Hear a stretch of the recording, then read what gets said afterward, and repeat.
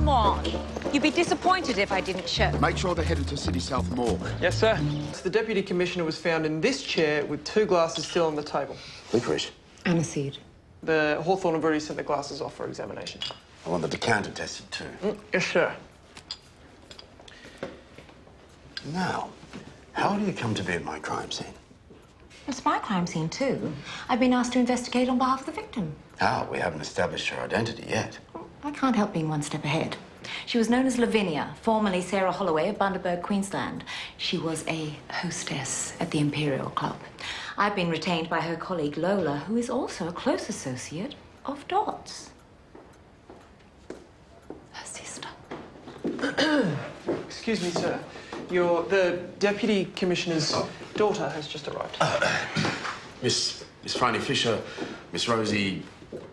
Sanderson will do now, Jack. Rosie is my wife. Former wife. I am so glad to finally meet you, Miss Fisher.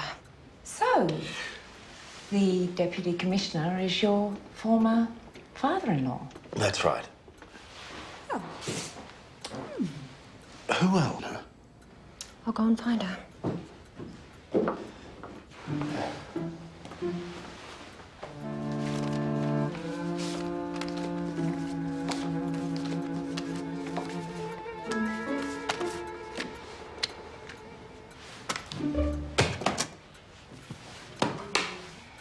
Please welcome to the stage, all the way from the Folie Bergère, Miss Lulu Lorita.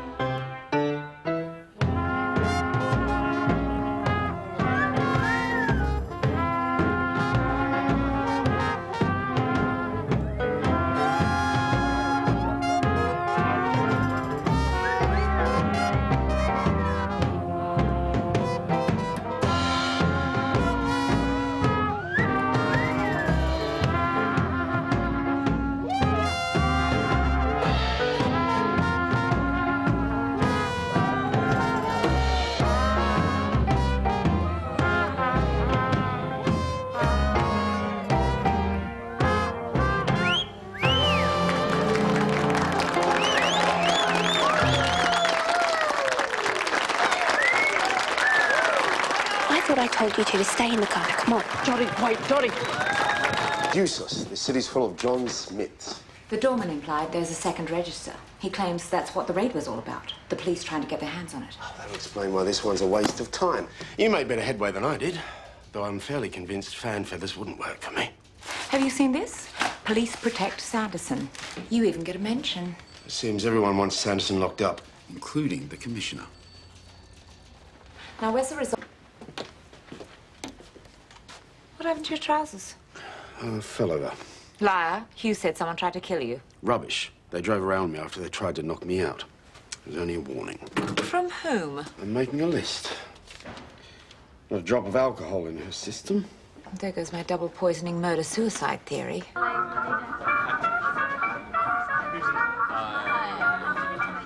Hey, hombre. Follow me.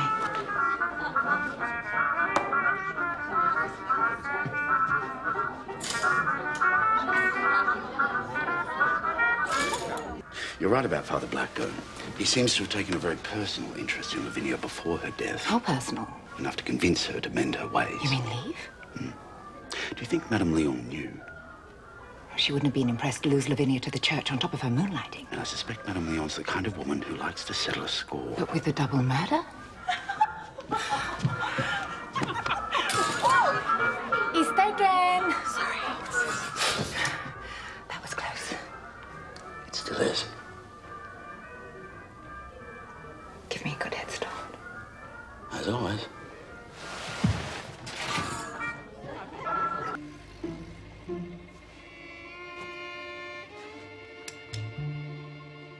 The lock's been magnetized.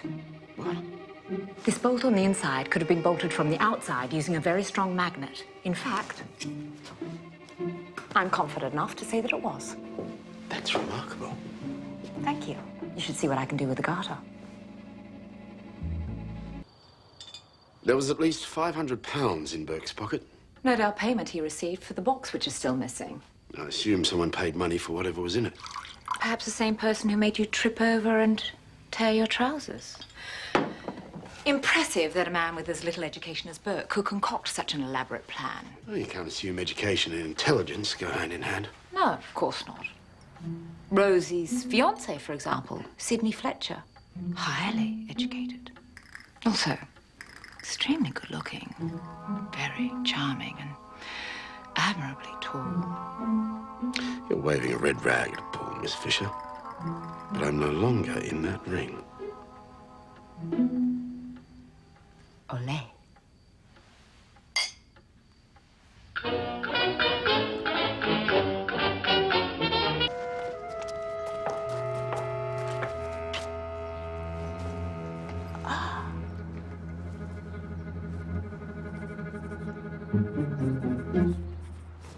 Jack! I'm afraid this is a restricted area. A cemetery worker was murdered here last night. And how is it, Miss Fisher, you always manage to turn up when I'm on the case? Not always, Jack. We merely came to pay our respects. This is a crime scene. Roland was a good family friend. Aunt Prudence's godson. No, crime scene. Oh, I take it this is the poor fellow's blood as well. So what are you thinking? He disturbed a would-be grave robber? Ah, that's what I think too, miss. The door was locked, and there's no sign of disturbance to the tomb. I thought this would calm him. It's all right, Maud. I'll see you back at the car. Mustard gas. What's their connection? Oh, it's all very incestuous. Maud is Roland's widow, and Freddie was his best friend. Fought under him at Poitiers, then married his widow. They're all staying with me at the present, so if you'd like to question them yourself, you might have to visit me. I'm impressed. You've commandeered my case before I knew I had one. Constable, finish searching the area. I'll be at Miss Fisher's residence. Yes, sir. So you don't think it was coincidence either? In my experience, there's no such thing. And we have an unfinished séance to deal with. Séance? Yes, with the great Mrs. Bolkonsky. You've not heard of her? In Melbourne, by popular demand, offering her services to a very select few members of the Spiritualist Society. Aunt P turned out to be one of the select few. The psychic equivalent of winning a chook raffle. Mrs. Bolkonsky chose us on merit. She told me herself. So timely. Freddie has suffered very poor health recently. Aunt P thought that if anybody could convince Freddie to accept his bravery award before it's too late, it would be Roland himself. Your late godson, Lieutenant Colonel Roland Claremont. Another fine young man cut down in his prime. Detective Inspector Robinson, may I introduce Mrs. Bolkonsky, spiritual medium, from Sydney via Paris, London, and San Francisco. The Americans are so wonderfully open. And we were booked solid for weeks. And her manager, Mr. Warwick Hamilton. True love must never be denied, Detective Inspector. Very profound. I've been telling Mrs. Bolkonsky about the attack. Perhaps Larry could answer any questions you have, Inspector. Thank you. If I may use the parlour. Of course. And, why not take some of these with you? Ham, cheese, and mustard pickle. I read your mind. This way.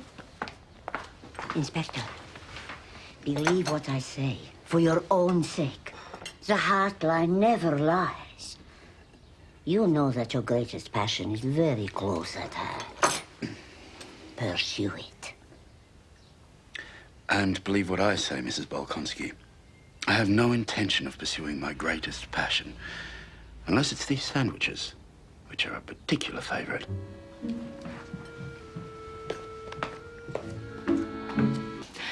So, if you were to obtain Roland's war records as part of your inquiry into the cemetery murder...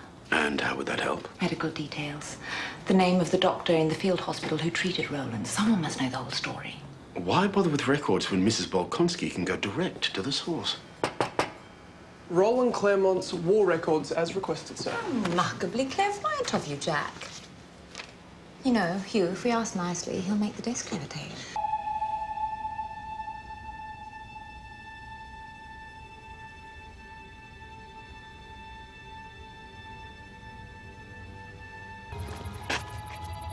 Not afraid of ghosts, are we, Mr. Hamilton? Jack. Oh, Miss Fisher. No need for a crystal ball to know what brings you here. So much for the sanctity of the boudoir. I'm sorry, Warwick, but I draw the line at possible murder. Why would I kill him? They haven't even paid us yet.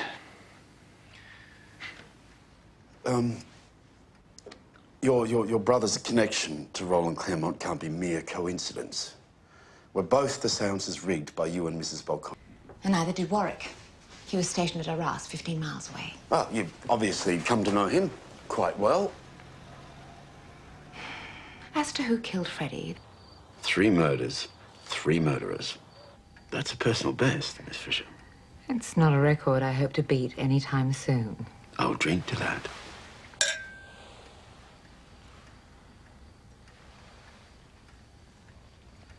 And Warwick Hamilton is in the clear. I presumed as much. Otherwise, you wouldn't have let him leave the country.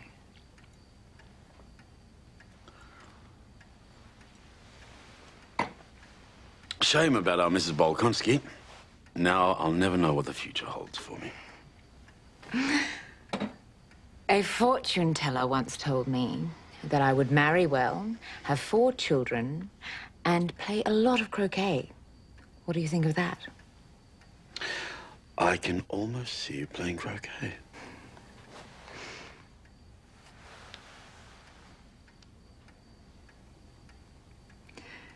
I see a very careful man who professes to be cynical in the face of mysteries he can't explain and claims to have no passions in spite of a heart that runs as deep as the Pacific Ocean.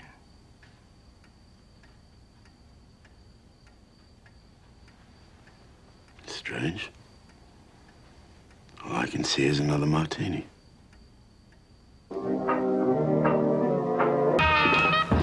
Didn't you say Dot was off for a week in Queenscliff? With Miss Fisher, sir, yes.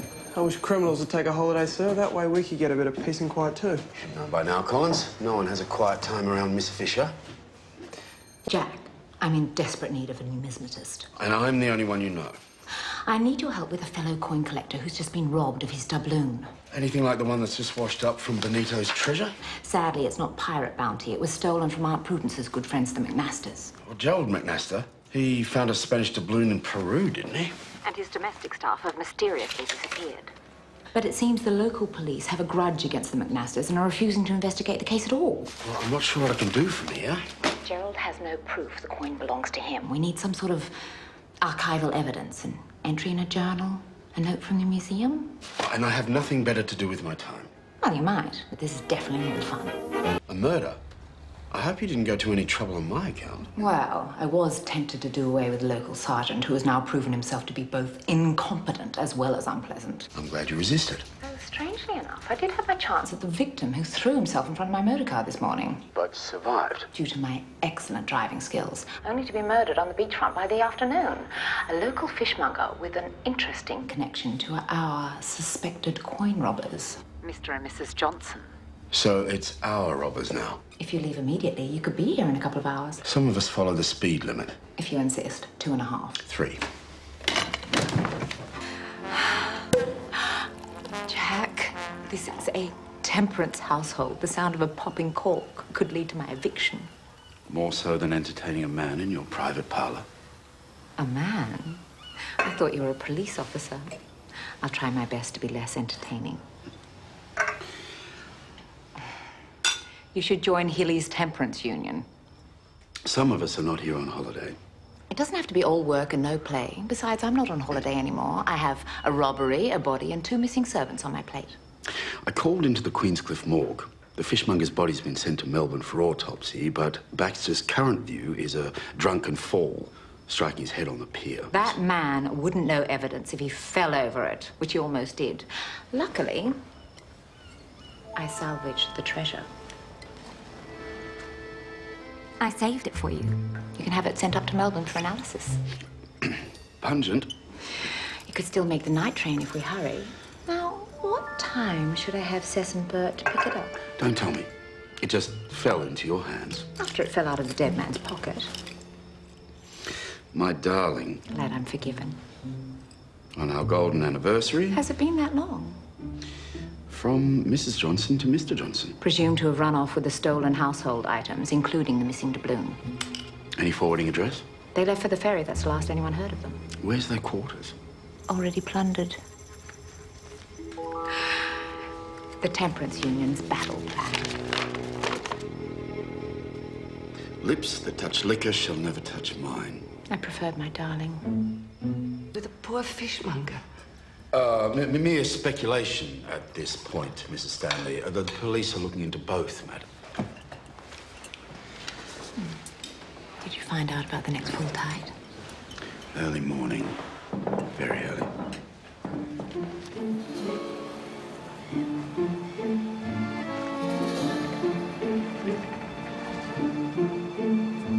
What took you so long?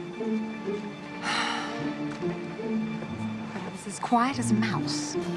Mouse who wears French perfume. I'll wear less next time. I think we've seen all we need to for the moment, don't you? It's only right that I escort you home. If you insist.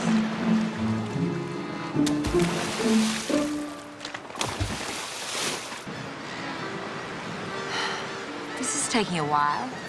Do you think we set a big enough cat amongst the pigeons? Depending on the pigeons. Why? So what? I didn't know he was going to flop here in town. You brought the coppers down on us. Dot, do you suppose Hugh brought along his bathing suit? I can ask, miss.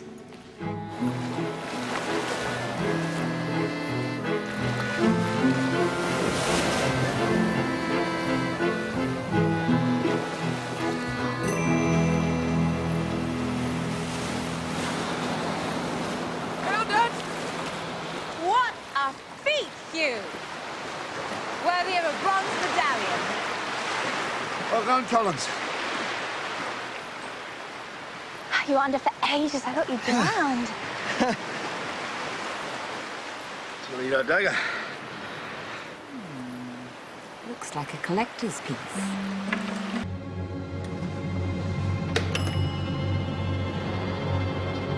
Miss Fisher? Miss Fisher?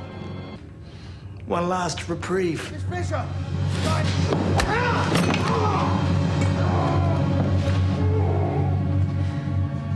Thank you, Jack. I don't think there'll be any need for that.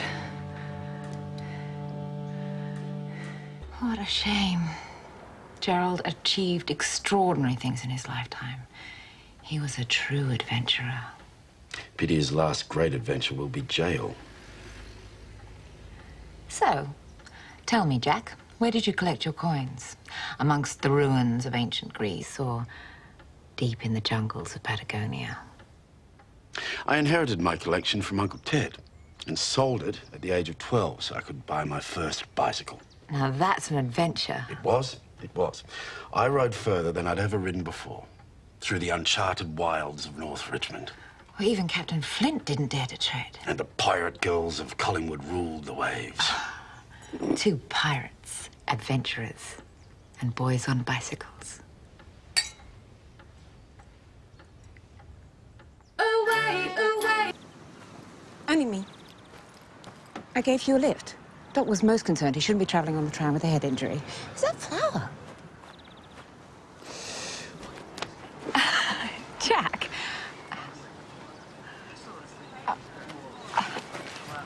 You might want to look on the top right-hand corner of the green tent.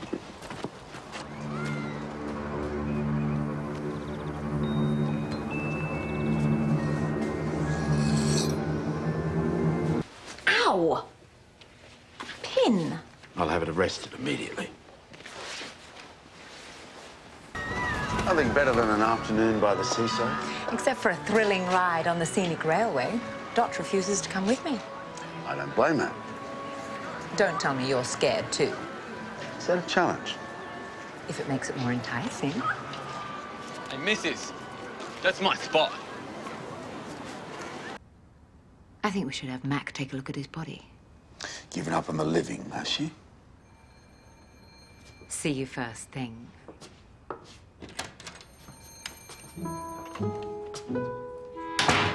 You have a very neat hand, Hugh. Thank you, miss. Perhaps you could give the inspector some lessons. Thomas James Derrimut. Mother, Cora. Father... Wallet. Wallet? That's an unusual name. Or just a misspelling of Walter. Or perhaps it's Aboriginal. I bet you a ride on the Great Scenic Railway. That wallet means possum.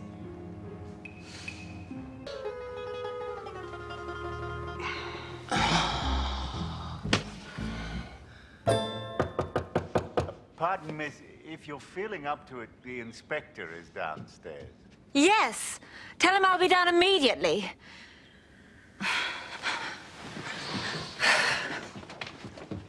Miss Fisher, I believe I owe you a ride on the Great Scenic Railway. So wallet means? Possum. You win. How can I resist a man who pays his debts? I wouldn't bother with the hat. I ain't got nobody and I don't want nobody but you. I have my hands full of trouble if I try to double-cross you. I ain't gonna trifle and I don't want to trifle, that's true. I know if you stop run around and I'll stop run around too. So if you see me talking to anyone, walking with anyone now, believe me, if you miss me now, and let me tell you that I don't want the other two. No, I ain't got nobody and I don't want nobody.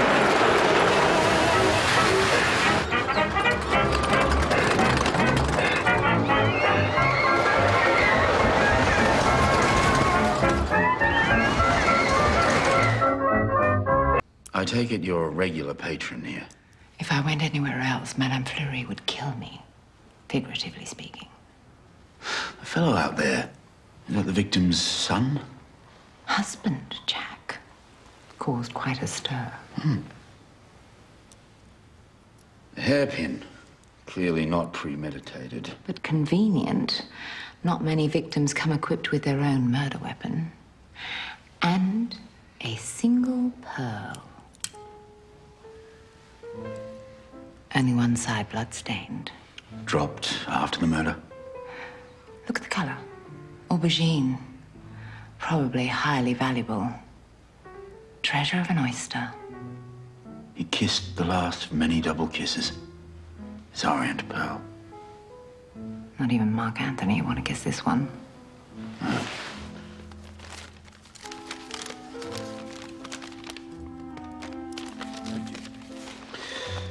I'm afraid I'll have to ask everyone to remain in the building while we look over the premises thoroughly. We'll also have to search the salon staff, Collins, including Mr. Wilde. Search? Yes. If you could please start with Aubrey Wilde, Constable, and if Miss Fisher and Miss Williams could assist us with the ladies. Gladly. And you two can draw straws to see whose search is stopping me.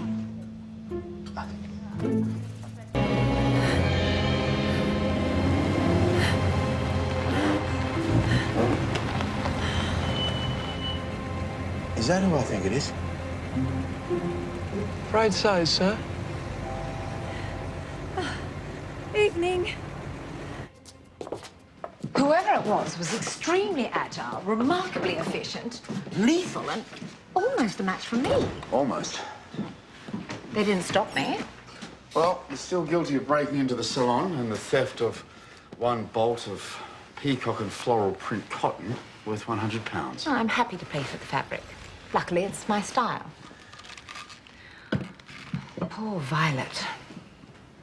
She obviously knew whoever was with her, but she didn't see it coming. Neither did Francis Wilde. Our killer is no amateur. How do you know it's the same killer? Because they knew exactly where to come back to retrieve Francis Wilde's missing pearls, buried in a bowl of potpourri in the sewing room. Except they missed one. Whoever we're looking for targets the fashionable end of town. And has outsmarted at least half a dozen police investigations. Well, it's time they met their match. Is that you or me? I know nothing gets past you, Jack, but I'm the one who holds the bait. Have I ever shown you my Colombian emeralds? So, where did you send Dot, Mr. Butler? Dalesford, of course. I always lie as little as possible. It's after midnight. How much longer did you want to stay here? Why? Aren't you enjoying yourself? Try some of Dot's cottage pie. Do you have a fork? You'll have to use your fingers. So what else do you have in there? I should have put you on rations. Visitors. And next, in a classically elegant, couture-designed gown, Miss Phryne Fisher.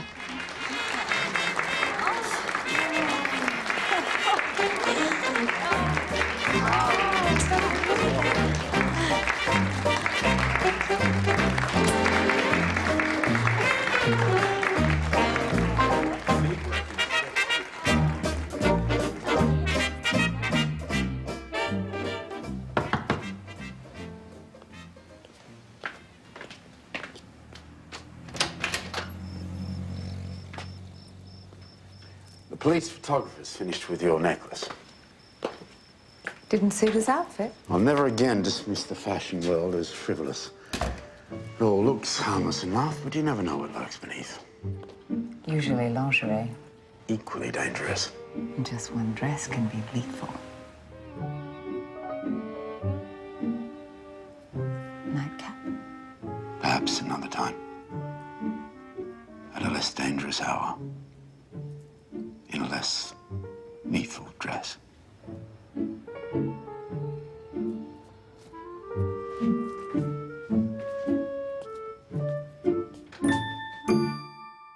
Sort it out, copper, or we will. A football ground, Miss Fisher. The last place I'd expect to find you. I watched my first match from my father's shoulders, Jack. Collingwood supporter? Lapsed. Since Collingwood versus Carlton, 1910. 1910. But your team won. Admittedly, some of the worst fighting ever seen on a football field. Is that what put you off? You know me better than that, Jack. Why exactly are you here, Miss Fisher? She's here to help recover my hat. Your lucky hat? Stolen last night. That's a West Melbourne scarf. They might as well have put up a sign. I can understand the opposition stealing a lucky charm, but murder? That mob would do anything to see us go down.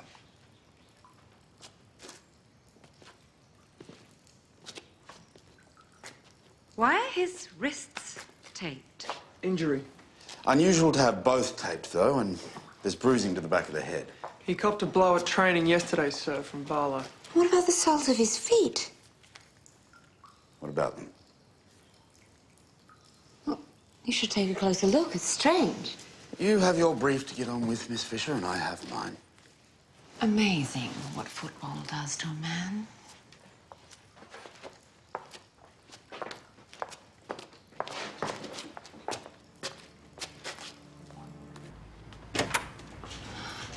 Inspector, sorry to interrupt. Stan Baines, captain for West Melbourne. Delighted to meet you.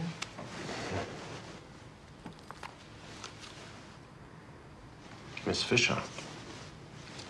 Lady detective. If I might have a word with you about Joe McLean's lucky hat. Is this a joke? Harry Harper's dead, and you're worried about his coach's flea-bitten old cap. You hear about Harper's death. Answer the questions. Do you know a young woman called Poppy Brown, West supporter, who runs a fruit barrow? Maybe.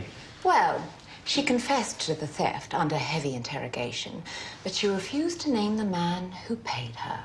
What is this? She your fullback? I like the sound of that.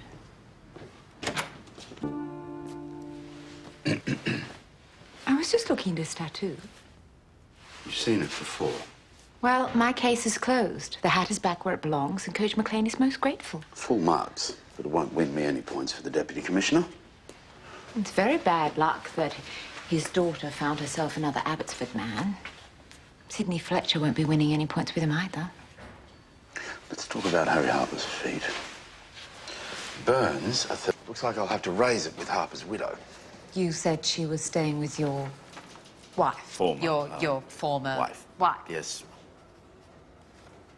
And her fiancé. Potentially awkward. But then, what's awkward compared to dying naked in the shower with the opposition scarf around your throat? Besides, you have me on your team.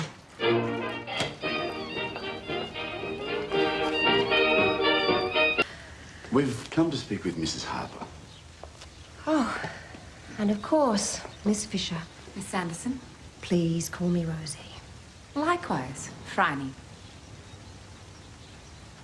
Is this a good time? Yes, I've just come to help Sydney with preparations for Harry's service this afternoon. Please.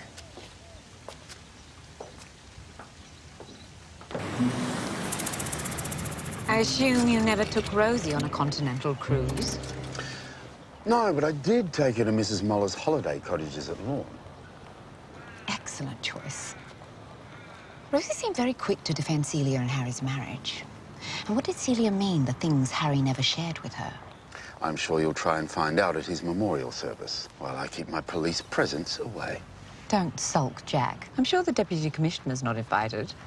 Besides, you may need to visit a travel agent. Where did you souvenir that? Vince Barlow's locker. Looks like somebody else was planning a sea voyage. Just wanted to wish you luck. I'm surprised the game is still going ahead. The club presidencies met last night to consider cancelling out of respect. Father lost to Sydney. Well, even my observational skills tell me that this does not bode well. Excuse me.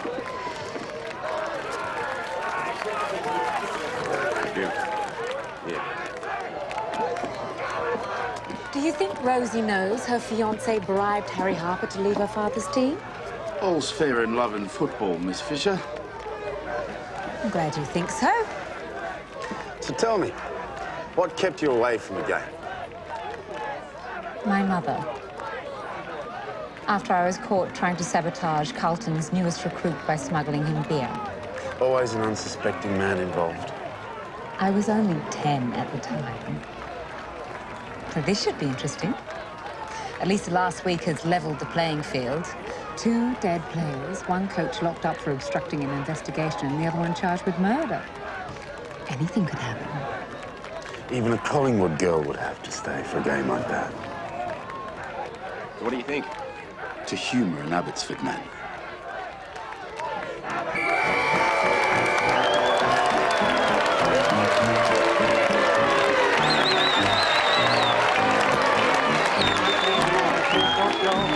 My baby don't care for clothes. My baby just